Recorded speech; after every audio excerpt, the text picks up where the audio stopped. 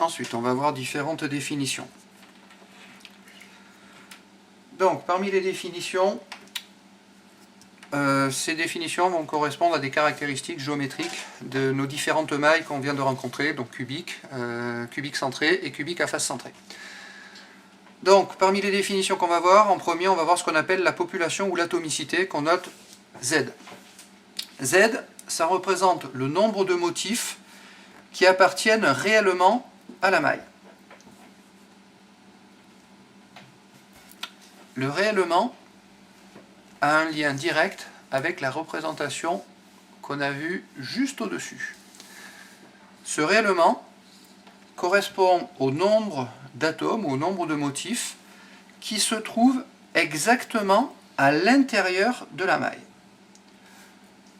Tous les atomes qui se trouvent à l'extérieur de la maille, en partie, ce sont des atomes qui n'appartiennent pas à la maille, ou du moins qui ont une fraction d'atomes qui n'appartient pas à la maille. Toute la difficulté va être de savoir et d'identifier pour chaque atome quelle est la proportion ou quelle est la fraction de cet atome qui appartient réellement à la maille. Si on commence par le cubique, donc le cubique, on a vu, c'est le schéma qui est là. Le cubique, on a un atome au sommet de chaque sommet du cube. Sauf que nos atomes n'appartiennent pas en entier à la maille. C'est-à-dire, on n'a pas l'atome en entier qui se trouve à l'intérieur de notre cube.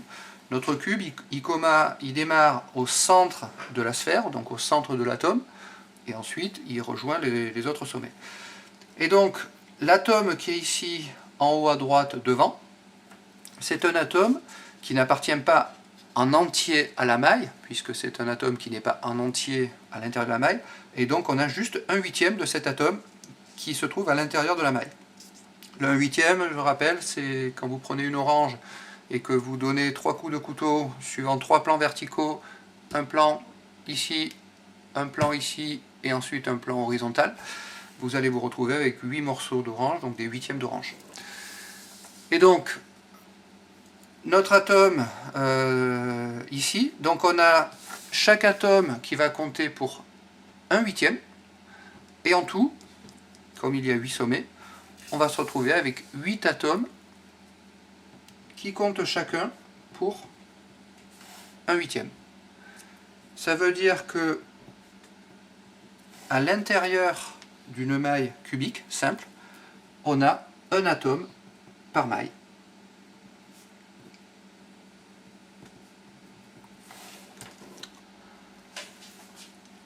Ensuite, pour le cubique centré, même raisonnement. On cherche pour chaque atome quelle est la proportion d'atomes qui se trouve à l'intérieur du cube. Donc pour le cubique centré, on a au sommet du cube, on va se retrouver à chaque fois avec des atomes qui comptent pour 1/8, puisque ce sont des atomes qui sont partagés entre 8 mailles différentes. Donc je vais avoir 8 fois 1/8 pour notre atome ici. Et ensuite, cubique centré, j'ai un atome au centre de la maille. L'atome qui se trouve au centre de la maille est contenu en entier dans la maille. Donc s'il est contenu en entier dans la maille, ben, ça veut dire qu'il compte pour 1. Et donc 8 fois 1/8, ça fait 1, plus 1, on a 2 atomes par maille. Le cubique face centré pour terminer. Alors cubique à face centrée, on a des atomes donc au sommet du cube et on a des atomes au centre de chaque face. Les atomes qui sont au sommet du cube, donc il y en a 8, qui comptent chacun pour 1/8. Donc le calcul est toujours le même. Plus, maintenant on a les atomes qui se trouvent au milieu des faces. L'atome qui se trouve au milieu de la face, c'est un atome qui est partagé entre 2 mailles. La maille qu'on a dessinée ici, et la maille qui est juste à côté. Alors pour l'atome qui est ici, ça sera la maille qui est à droite. Si je considère l'atome qui est sur la face de devant, il sera partagé entre cette maille-là, plus la maille qui va être devant, etc. Ça veut dire que comme chaque atome est partagé de manière équitable entre 2 mailles, on n'a que la moitié de la sphère qui se trouve à l'intérieur du cube. Et donc on va avoir 6 faces, qui vont correspondre aux 6 atomes, qui vont être partagés en 2 mailles, donc les 6 atomes vont compter pour un demi chacun. Et donc si on fait le calcul, on arrive à 4 atomes par maille.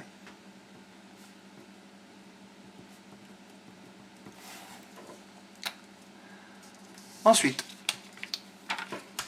ce qu'on appelle la coordinance, ou l'indice de coordination. La coordinance, donc c'est une définition, ça représente le nombre de plus proches voisins pour un atome donné. Donc si on prend un atome au hasard dans la maille, on cherche à savoir combien de plus proches voisins il a. Si on se rappelle ce qu'on a dit un peu avant, les atomes qui sont les plus proches voisins sont des atomes avec lesquels notre atome choisi au hasard est forcément en contact. Et donc ce nombre de plus proches voisins, c'est égal au nombre d'atomes avec lesquels il est en contact. Et donc bien sûr, attention, il faut imaginer le cristal dans son ensemble et pas se limiter simplement à notre maille. Donc si on considère la maille cubique. La maille cubique, donc c'est une maille dans laquelle on va considérer un atome pris au hasard. Donc notre maille cubique, elle est là. Si je dessine en formule éclatée. Si je reprends le schéma qui est ici, donc ça c'est notre maille cubique. Donc je vais considérer cet atome, ici. Et cet atome, je cherche le nombre de plus proches voisins qu'il a, c'est-à-dire le nombre d'atomes avec lesquels il est en contact. Pour trouver les plus proches voisins, il suffit de trouver quelle est la distance la plus courte entre cet atome et un autre atome. L'atome qui est ici est situé à la distance petit a. Celui-ci aussi. Celui qui est là est situé à la distance a racine de 2. A racine de 2 étant plus grand que a, cet atome ne fait pas partie des plus proches voisins, c'est-à-dire notre atome qui est là n'est pas en contact avec celui-là. Ensuite, pour celui-là, j'ai un autre atome qui est situé à la distance a, qui est celui-là. Et ensuite, c'est pas tout. Pour cet atome, j'ai cet atome qui est là en dessous, mais je vais avoir un atome qui va être au-dessus. Et donc cet atome qui est au-dessus, qui fait partie de la maille qui est au-dessus, se trouve également à la distance A. Par rapport à cet atome, j'ai le symétrique qui se trouve sur la maille d'à côté. Donc s'il se trouve sur la maille d'à côté, il se trouve également à la même distance A. Et ensuite, j'ai un atome qui va se trouver devant, ici, dans le prolongement de l'arête qui est ici. Et donc cet atome qui est là va se trouver dans la maille qui est devant celle-là. Donc ça veut dire que cet atome-là va être en contact avec 6 atomes différents. Et donc la coordinance dans un cubique simple, ça va être 6. Notre atome se trouve avec 6 plus proches voisins. Ces 6 plus proches voisins sont tous à la distance petit a.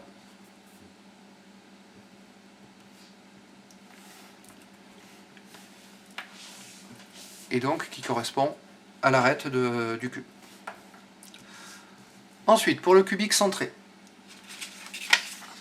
Le cubique centré, donc c'est celui-là, il faut choisir un atome au hasard dans le cristal.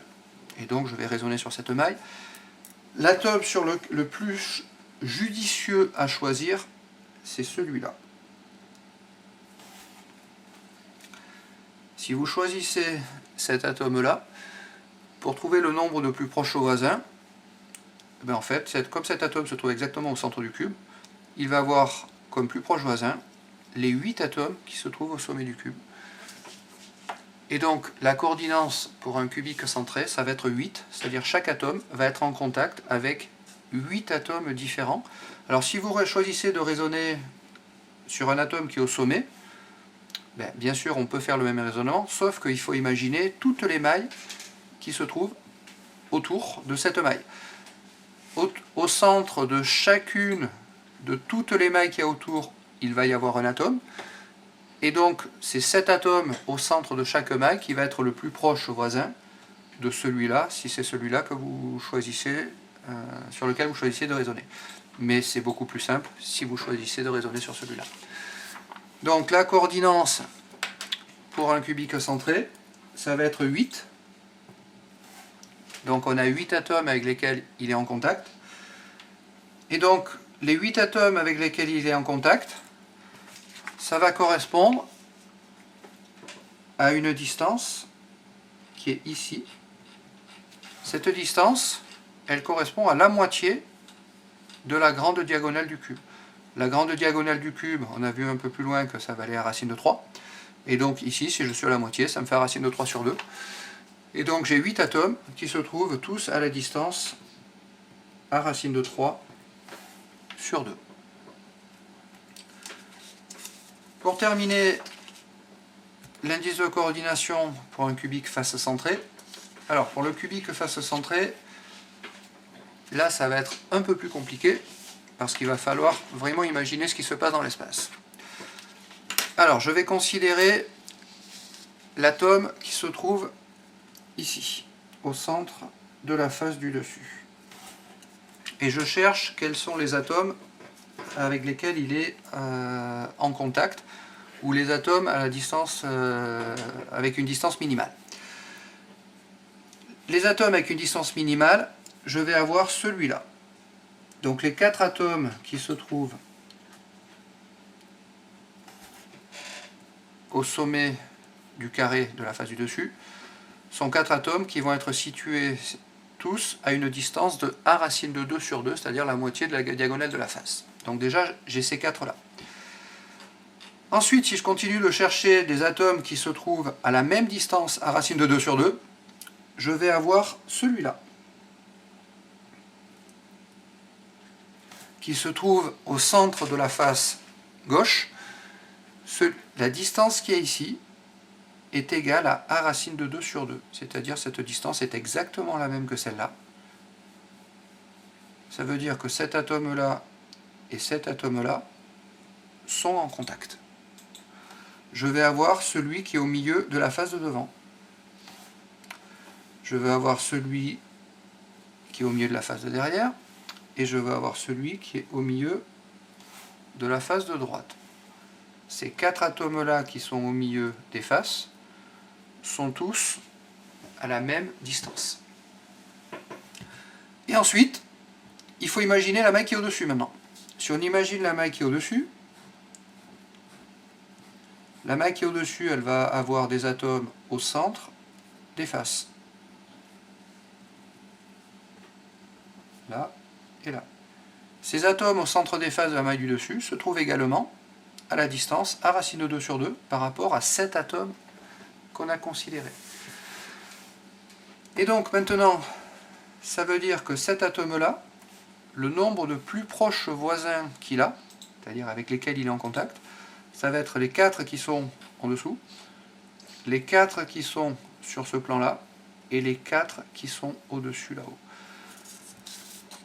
Et donc on va avoir une coordinance qui vaut 12. À la distance A racine de 2 sur 2. Cette coordinance de 12, c'est la valeur maximale possible. Attention, valeur maximale pour des sphères identiques.